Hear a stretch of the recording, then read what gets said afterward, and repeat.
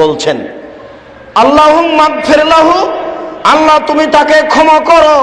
আরহামহু তুমি তার প্রতি রহমত নাযিল করো, আফিহি তুমি তাকে মাফ করো, আফু আনহু তুমি তার প্রতি নিরাপত্তা অবতীর্ণ করো, আকরিম নুজুলাহু তুমি তাকে দামি সম্মানী খাদ্য খেতে দাও, ওয়াসমাদ খালাহু তুমি তার থাকার জায়গা প্রশস্ত করে দাও, ওয়াগসিল বিল মা'i সালজাল বারাদ কামানা কায়তা সাবুল আবজমিনা দানাস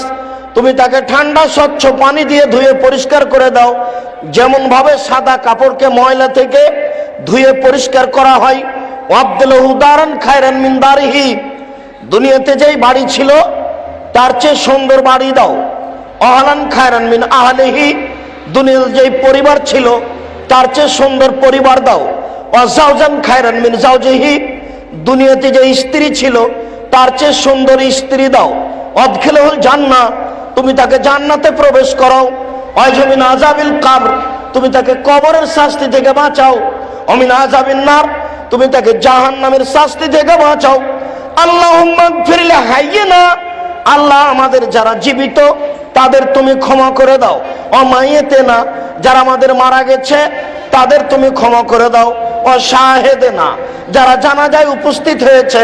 তাদের তুমি ক্ষমা করে দাও, ও গায়েবেনা যারা জানাজায় উপস্থিত হতে পারেনি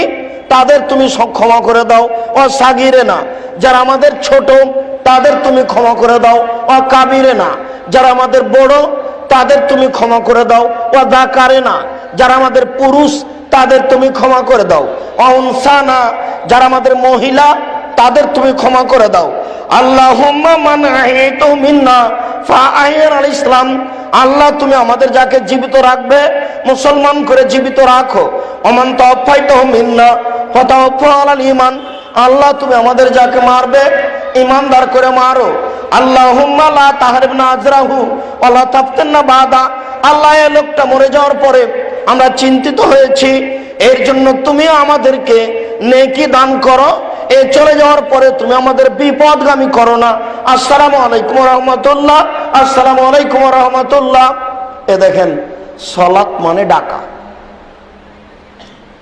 সালাত দিয়ে আল্লাহকে যত ডাকা যায় পৃথিবীর আর কোনো ইবাদত দিয়ে আল্লাহকে তত ডাকা যায় না।